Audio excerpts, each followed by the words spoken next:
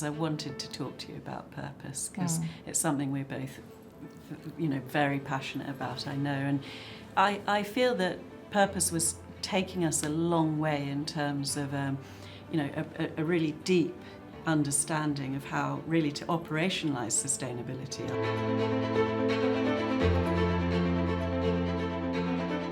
How do we maintain the momentum around purpose that we were seeing? What are you thinking about that? Look, I think in many ways the good thing is that we've moved from purpose with a great big P to purpose with a smaller p. I mean, any organisation has to have a sense of purpose about what it's doing, why it exists, what it's bringing to the world. Now, how you enact that is the real question. I mean, if you remember Davos pre-COVID times, purpose, you could hardly move for people talking about purpose. And I remember being involved in a project with Oxford Said Business School that was talking about enacting purpose. So how do you govern for purpose? And that, I think, is the crucial thing here, which is that just having a purpose, however elegantly crafted, means nothing until you operationalise it and you really do, as I say, govern for purpose. And that means being clear about what your purpose is in the first place, being clear about the strategy that's going to deliver the purpose, and then, of course, to make sure we've got a plan that is going to get you on the pathway to that. But at the other end, in my view, a crucial thing, and particularly for boardrooms, is to make sure there is a scorecard that also reflects what you were starting off with.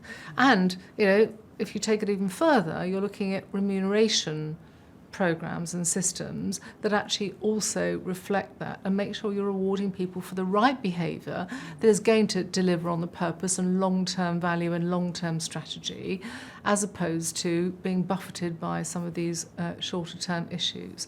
Now, that's not to say you don't have to have your eyes on two lines always at the same time if you're going to be a leader in business. You've got to think about the long-term, what's next, what are the long-term challenges, and you've also got to think about what's in front of you, because if you don't do that, you might not have a long term. And equally, if you don't have a long-term strategy and a long-term sense of purpose, then actually lots of short-term tactical things might well not be taking you into a net positive direction.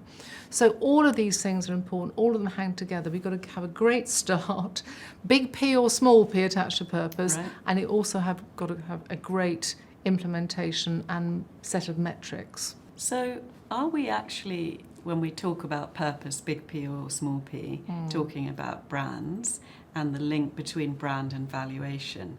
Well, they certainly need to be completely connected. Because, I mean, at the end of the day, what is going to live on after products and services become obsolete? Frankly, when people die or when they move to another company or whatever, what's going to live on to give your enterprise, your organisation, long-term sustainable value? It is the brand. The brand is the most important and sustainable asset any organisation has got.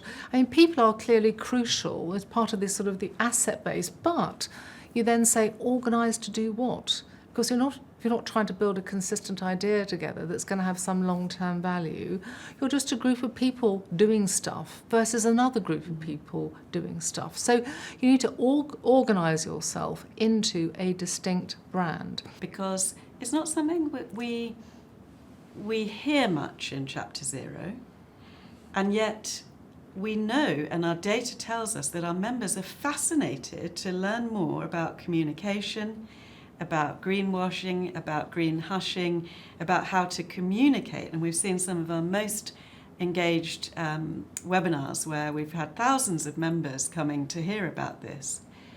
But it doesn't feel to me that many of our directors and chairs are talking about purpose, brand, and valuation as the same thing. Are they the same thing, Rita?